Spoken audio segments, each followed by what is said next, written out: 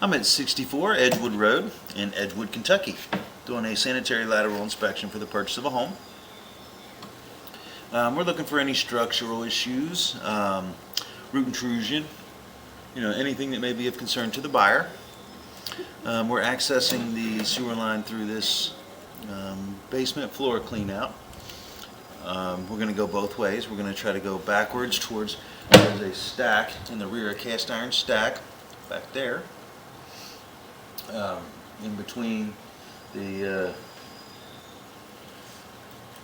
just to where the left of where the stationary tub is. And so first we're going to try to go back that direction and go upstream so we can take a look at some of the interior pipe here. You can see this is cast iron, so it does have a lot of rust, but all cast iron has rust. So I may have to take, I have a little standoff on this camera, and I may end up having to take that off there. Sometimes it gets caught on the rust and doesn't want to go through very well. Yeah, I'm going to have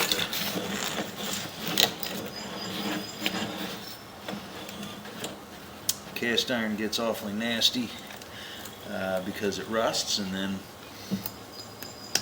that iron turns, basically the cast iron turns black and has that water that's on there is kind of a black soot, and so sometimes it's also hard to see when you get the camera in there. And so hopefully what we can do here is, there we go, so we're slowly getting past it. There we go. So cast iron is always difficult to gauge life expectancy because it does rust, obviously, and so without there being very obvious spots that are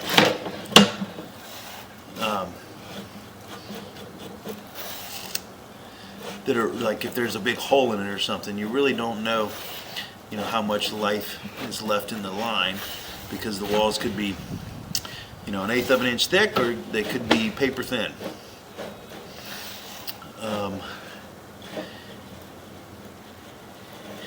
This all looks like it's open. I don't see any holes or anything. Looks pretty open. I don't know if this house has been lived in recently, or if this is, or if it's been sitting dry. It does seem like there's obviously some water in it, so it hasn't been, if it is empty, it hasn't been empty long. And so, without seeing like major visual issues as far as like holes and stuff, so I think where I'm at here, we're going to run some water down the rear stationary tub, and I believe I went up in that branch that goes straight back to there. So give me a second, I'm going to turn some water on.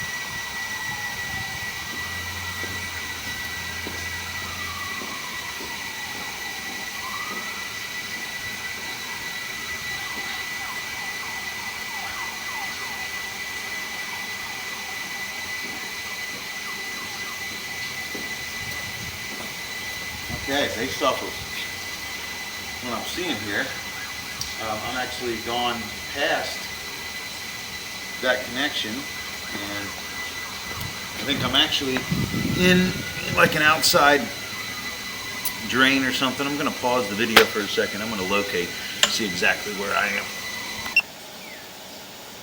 Okay, so I'm just at the base of the main stack for the upstairs bathroom. They're coming down. And so we'll see, this is water coming down obviously from there, and as we pull back we should see the tie-in where the other one comes in. We just want to kind of witness some water flowing through this. With the cast iron you want to be sure that water's moving well,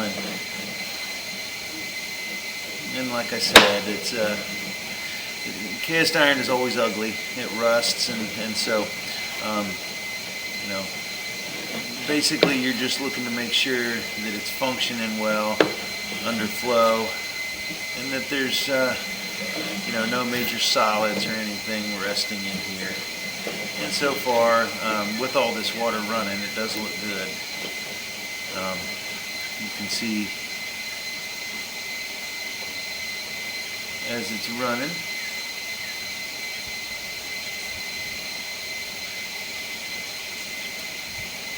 And so there's always like a channel at the bottom that kind of wears, and so you're kind of looking for those things to just to make sure that there's not some big hole in the side of the pipe.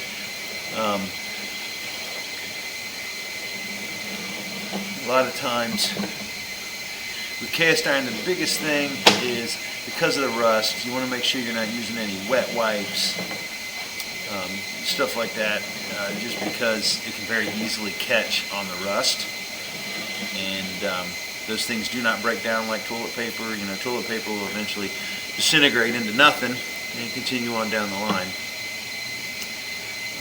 The more expensive thick stuff lasts longer than just the regular 2-ply. That stuff breaks down pretty well. The worst thing about those wet wipes is that they don't. And if you ever question that, you can hold the one wet wipe underneath your bathroom sink, run some water on it, and do the same with some toilet paper, and you'll be able to easily see the difference in how one breaks down like it's designed to, being the toilet paper, and then the other one that does not. I'm going to see if I can pop down that other branch, and if I can, I think I just did, and no I didn't. So it doesn't look like I'm going to be able to. Let's see if I can get it to rotate just a little bit, and it might go into that branch. Hoping that we can get a little. It's going to keep going straight. I believe that the other line is just basically the floor drain in there. But for cast iron, this looks pretty good. I mean, it's ugly, but it's functioning well. Again, you do have to watch things like those wet wipes, and just make sure you're only flushing stuff. And there are things that you can do, like a deburr or a descaling is what they call it, where they send a cutter head or a chain basically through this cast iron, and it'll it's supposed to knock all the rough edges and the rust off the interior of the pipe. But sometimes that can be a good thing to do to smooth out the pipe if you're having like toilet paper clogs or something. But it can also knock a hole in the pipe if it's too thin. And so those things, different plumbers have different opinions of those. It's almost like it's a 50-50 shot of whether or not you do more damage than good. And so I'm going to turn to go downstream now. And again, have a little bit of issue because of it. The cast iron is really rough, so when you try to get started, it's like rubbing up against sandpaper here. Doesn't want to go. There we go. A little bit. Should be.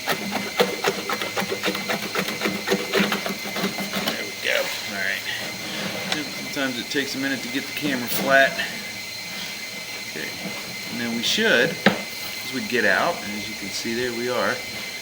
We're going right underneath this drain in the driveway.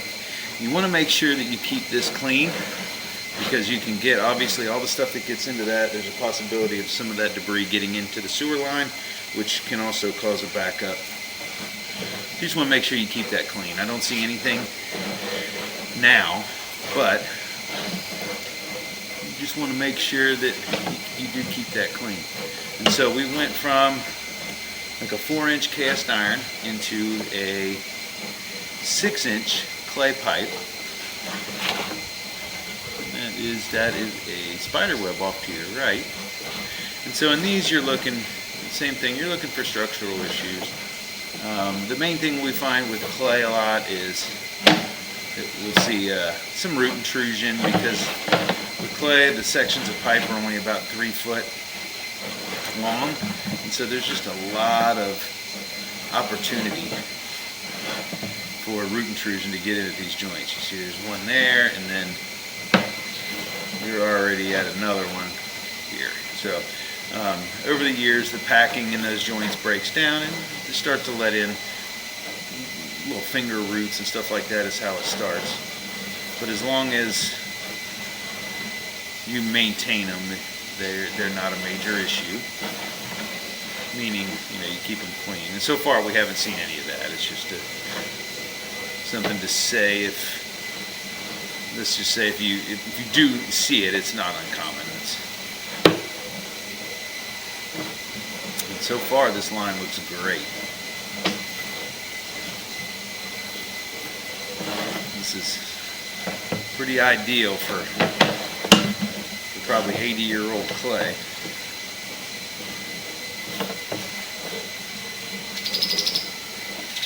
And I'm just letting the water run too, and that'll highlight any kind of belly or anything where the water's too deep. And so being that I have 2 sinks running right now, and the fact that it's not even covering the lens on the camera, which is only about a 1/2 inch off the bottom of the pipe, it just shows how well the line is flowing. This is, again, 6 inches, so the fact that there's not even a 1/2 inch of water in a 6-inch pipe,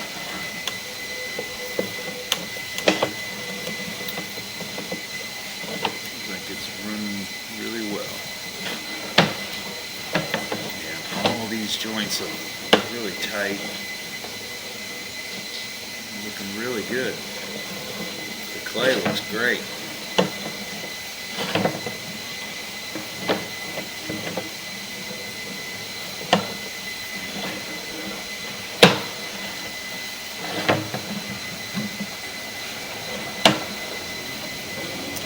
Looks like we're coming up on the main here.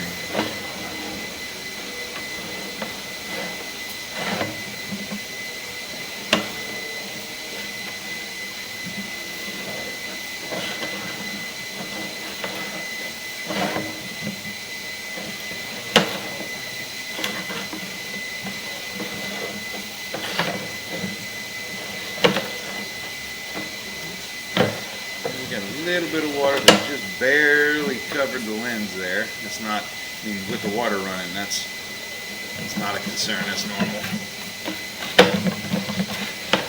So once I get down into the main, I will, right there. And so you can see here where it's dumping into the sewer main. And so I'm going to go ahead and turn the water off, and that way any of those low spots that you see as we're coming back, if they're holding any water now, it might be a little belly, but obviously it wasn't even covering the lens except for a couple really short spots during the push out. And so the clay looked great. There was no root intrusion, no structural issues. I was very happy with that, but I'm going to pause and turn this water off. Okay. All the water's off, so it's going to take a minute for the water to drain down a little bit. Shouldn't take too long. That line was flowing really good.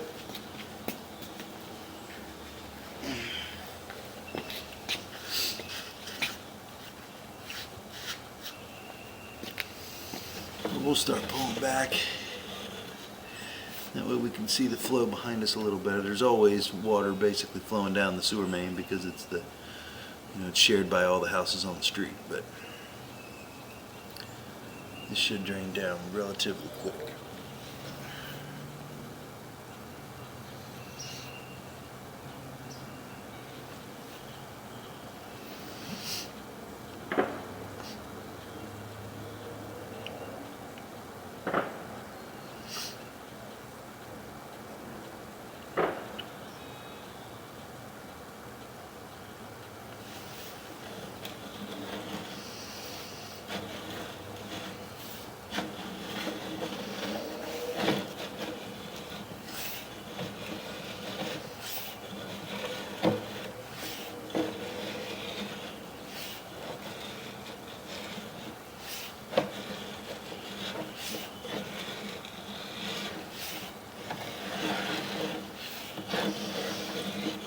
Without that water running, even that spot that the lens went under for a second, and now without the water running, even though it hasn't fully drained down, you can tell that it didn't even go over the edge of the lens at all.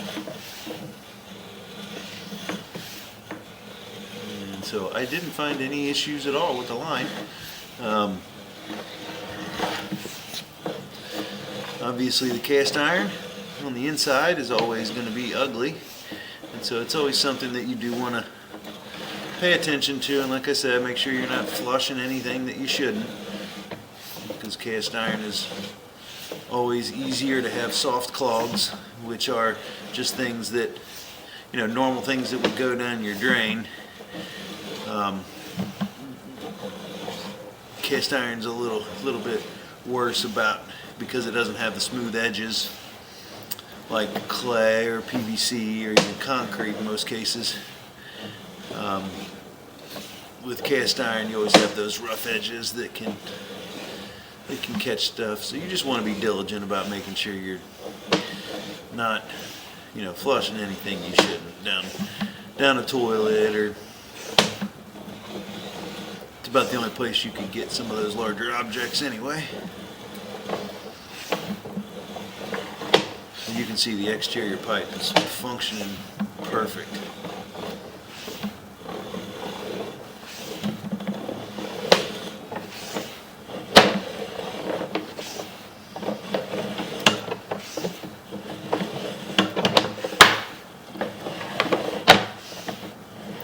The good news is that this floor clean out here, right before it exits the garage door, that is a good place that if you ever do have any kind of soft clog or something under the floor on the interior of the house in the cast iron, that they would be able to run a machine, whether it be a jetter or a mechanical snake. They could always run it both directions from this clean out, which would make it easier to clear that.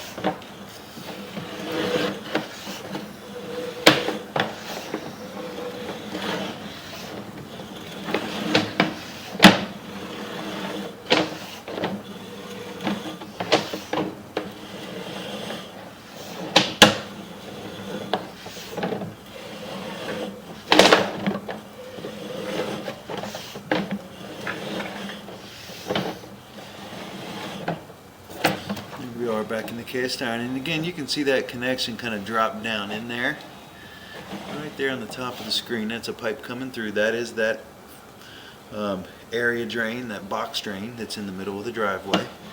Again, I want to reiterate to make sure you keep that clean, because you get stuff down in that, can also get down in your sewer line and cause problems. And we are back in this cast iron. It is flowing. It is open and flowing at time of inspection. I didn't find any structural issues or anything with it, but again, you just have to,